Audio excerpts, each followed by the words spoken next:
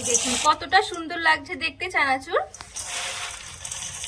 বিশ্বাসই করতে পারবেন না এত অল্প সময়ে এত সুন্দর চানাচুর রেডি করে নেওয়া যায়। আর এভাবে ঘরে চানাচুর তৈরি করলে দেখবেন দোকান থেকে কিনে আনতে আর ইচ্ছেই হবে না।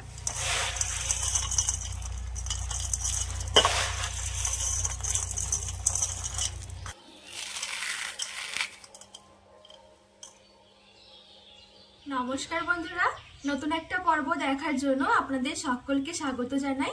আজকে বানিয়ে দেখাবো মাত্র 10 মিনিটে ইনস্ট্যান্ট চানাচুর। বিকেলে একটু চটপটা মুড়ি চানাচুর খেতে কিন্তু আমাদের ভীষণ ভালো লাগে। যদি হাতের কাছে চানাচুর না থাকে ঝটপট কিন্তু এইভাবে বানিয়ে নিতে পারবেন। একদমই সময় লাগবে না, আর কোনো রকমের ছাঁচ বা মেশিনের দরকারই পড়বে না। খুব সহজে ঘরে থাকা উপকরণে বানিয়ে নিতে পারবেন। তো চলুন, আশা করছি রেসিপিটি আপনাদের অনেক ভালো লাগবে। একটা বাটির মধ্যে আমি নিয়ে নিচ্ছি 1.5 বাটি মতন বেসন। আর এখানে আপনারা কতটা পরিমাণে চানাচুর তৈরি করবেন সেই হিসেবে বেসনটা নিতে হবে। তো আজকে আমি 200 গ্রাম বেসন দিয়ে তৈরি করছি। আপনারা চাইলে কিন্তু আরো বেশি করে নিয়েও তৈরি করতে পারেন। আর এই 200 গ্রাম বেসন দিয়ে কিন্তু অনেকগুলো চানাচুরি রেডি হবে। সামান্য একটু দিয়ে দিচ্ছি লবণ, আর এখানে দিয়ে দিচ্ছি সামান্য একটু হলুদ গুঁড়ো। একটু ভালো করে মিশিয়ে নেব লবণ আর হলুদ গুঁড়োটা দিয়ে।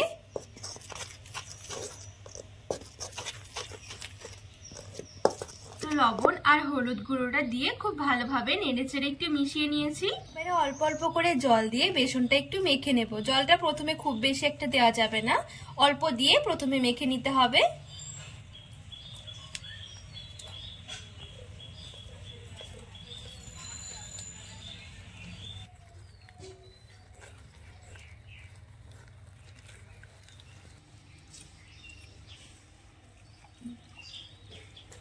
তো এখানে অল্প অল্প করে জল দিয়ে খুব সুন্দরভাবে আমি দেখুন মেখে নিয়েছি। আর প্রথমে কিন্তু এরকম একটু মোটা করে মেখে নিতে হবে। এই দেখুন, এবারে হুইক্সের সাহায্যে ভালো করে একটু ফেটিয়ে নেব।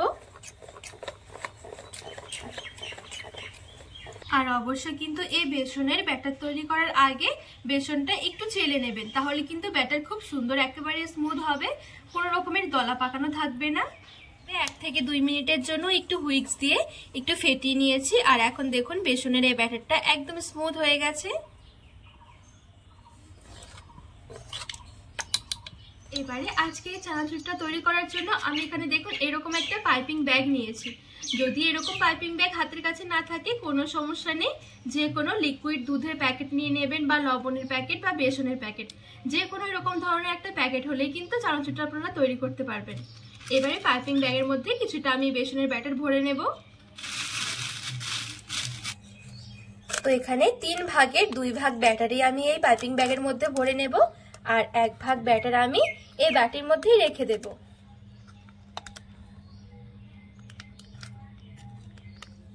এই ব্যাটারের মধ্যে সামান্য একটু জল দিয়ে দিচ্ছি, একটু পাতলা করে নেব এই ব্যাটারটা। খুব ভালোভাবে এই ব্যাটারটা নেড়ে চেড়ে মিশিয়ে নিয়েছি আর একটু পাতলা করে নিয়েছি। এই দেখুন ঠিক এইরকম হবে ব্যাটারটা, খুব বেশি কিন্তু একেবারে পাতলা নয়।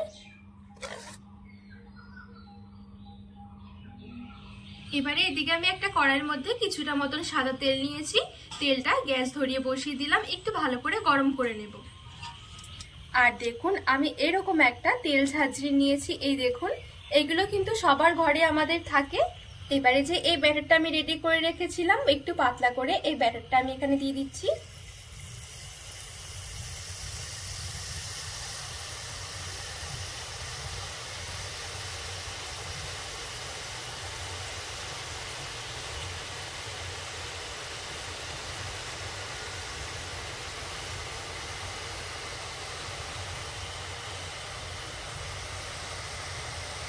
এখানে প্রথমে আমি চানাচুরের জন্য বুন্দিগুলো ভেজে নিচ্ছি। আর এই দেখুন কত সুন্দর বুন্দিগুলো রেডি হয়েছে।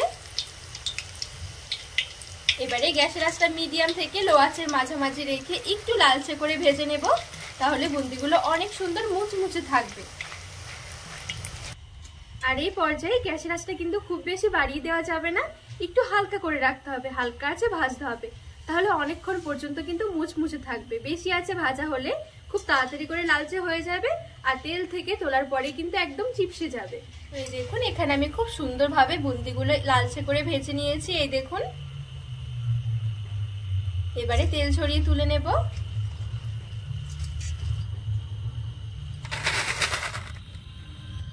তো বাদ বাকি বুন্দিগুলো ঠিক আমি একইভাবে রেডি করে নেব।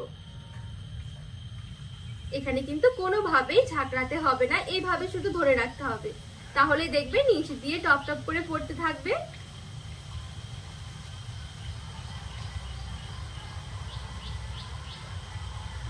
তো এখানে আমি এই বুন্দিগুলো খুব সুন্দরভাবে লালচে করে মুচমুচে ভাবে ভেজে নিয়েছি।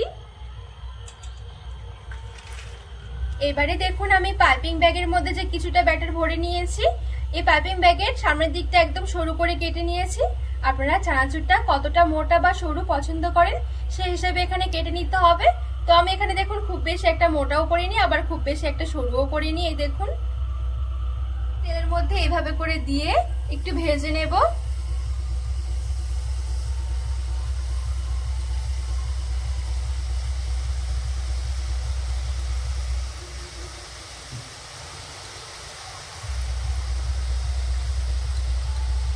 গ্যাসের আঁচটা মিডিয়াম থেকে লো আঁচের মাঝামাঝি রেখে ভেজে নিতে হবে একটু লালচে করে, তাহলে অনেক বেশি মুচমুচে হবে।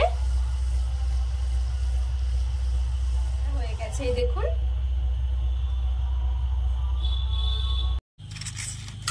তো বাদ বাকিগুলো আমি ঠিক একইভাবে ভেজে নেব, কোনো বাধা ধরার নিয়ম নেই, এভাবে উল্টে পাল্টে একটু দিলেই কিন্তু খুব সুন্দরভাবে ভাজা হয়ে যাবে।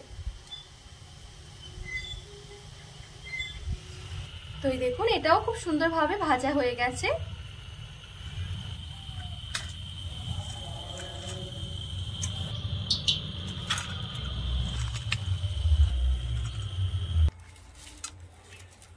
তো বন্ধুরা এই দেখুন এখানে আমি খুব সুন্দরভাবে চানাচুরের জন্য দেখুন এক এক করে ভেজে নিয়েছি, আর কতটা সুন্দর হয়েছে এই দেখুন। এবারে হাত দিয়ে একটু ভেঙে নেব।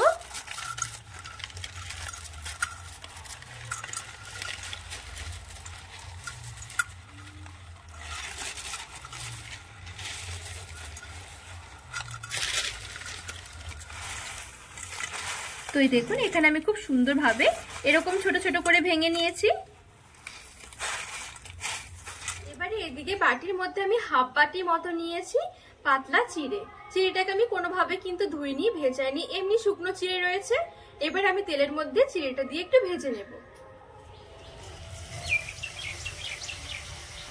হালকা আঁচে রেখে চিড়েটাকে ভেজে নেব।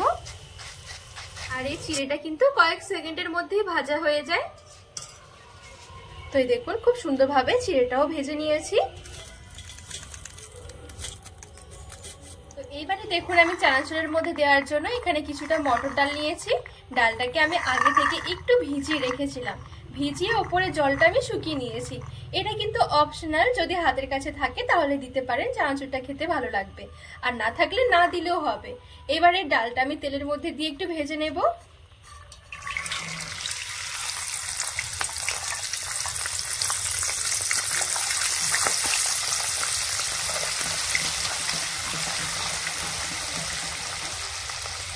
তো এখানে ডালটা মিডিয়াম থেকে লো আঁচের মাঝামাঝি রেখে খুব সুন্দরভাবে ভেজে নিয়েছি। তো এই দেখুন ডালটা খুব সুন্দরভাবে ভাজা হয়ে গেছে, ডালটাও তেল ছড়িয়ে তুলে নেব।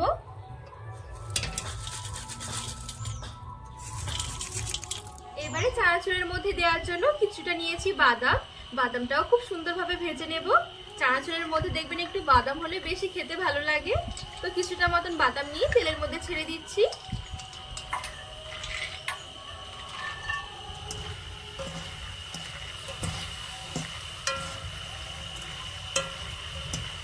বাদামটাকেও মিডিয়াম থেকে লো আঁচের মাঝামাঝি রেখে লালচে করে ভেজে নেব। তো বাদামটাও খুব সুন্দরভাবে দেখুন ভেজে নিয়েছি। এইবারে তেল ছড়িয়ে তুলে নেব। তো মোটামুটি এখানে চানাচুরের জন্য সবকিছু আমার ভাজা হয়ে গেছে। এই দেখুন এবারে সবকিছু একটু ভালো করে ঠান্ডা করে নেব। একদমই অল্প সময়ের মধ্যে দেখবেন এই সবকিছু ভেজে নিতে পারবেন, সময় একদমই বেশি লাগবে না, ঝটপট রেডি হয়ে যাবে। আর চানাচুরের মধ্যে দেখবেন কারি পাতার ফ্লেভারটা অনেক বেশি ভালো লাগে। হাতের কাছে থাকলে দিতে পারেন, খেতে অনেক ভালো লাগবে। তো আমি এখানে 3টে ডাঁটি সমেত কারি পাতা নিয়েছি, এবারে তেলে দিয়ে একটু ভেজে নেব। তো এই দেখুন কারি পাতাটাও ভেজে নিয়েছি। এবারে এদিকে আমি একটা বাটি নিয়েছি, হাফ টেবিল চামচের মতন ঝাল লঙ্কার গুঁড়ো, হাফ টেবিল চামচ দিয়ে দিচ্ছি চাট মশলা, বিট লবণ নিয়েছি হাফ টেবিল চামচ। এবারে মশলাগুলো একটু ভালো করে মিশিয়ে নেব। আজকে খুব বেশি একটা মশলা দিচ্ছি না, এই কটা মশলা দিয়ে চানাচুরটা রেডি করব, খেতে ভীষণ ভালো লাগবে। তো মশলাগুলো একটু খুব ভালোভাবে নেড়েচেড়ে মিশিয়ে নিয়েছি। এবারে সবকিছু এক এক করে দিয়ে দিচ্ছি। আর অবশ্যই কিন্তু মশলা মেশানোর সময় এগুলো ভালো করে ঠান্ডা করে নিতে হবে।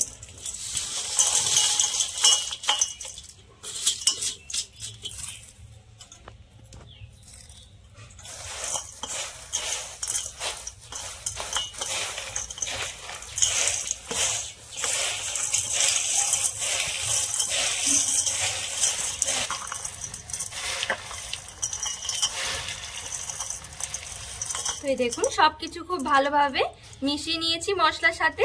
আর এই দেখুন কতটা সুন্দর লাগছে দেখতে চানাচুর, বিশ্বাসই করতে পারবেন না এত অল্প সময়ে এত সুন্দর চানাচুর রেডি করে নেওয়া যায়। আর এভাবে ঘরে চানাচুর তৈরি করলে দেখবেন দোকান থেকে কিনে আনতে আর ইচ্ছেই হবে না।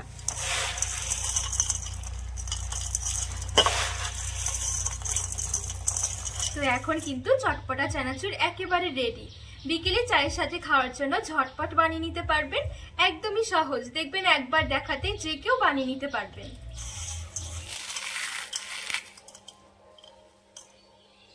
তো বন্ধুরা, আজকে এই চানাচুরের রেসিপি আপনাদের কেমন লেগেছে অবশ্যই কিন্তু কমেন্ট করে জানাবেন। আর রেসিপি ভালো লাগলে চ্যানেলটিকে সাবস্ক্রাইব করে পাশে থাকার অনুরোধ রইল।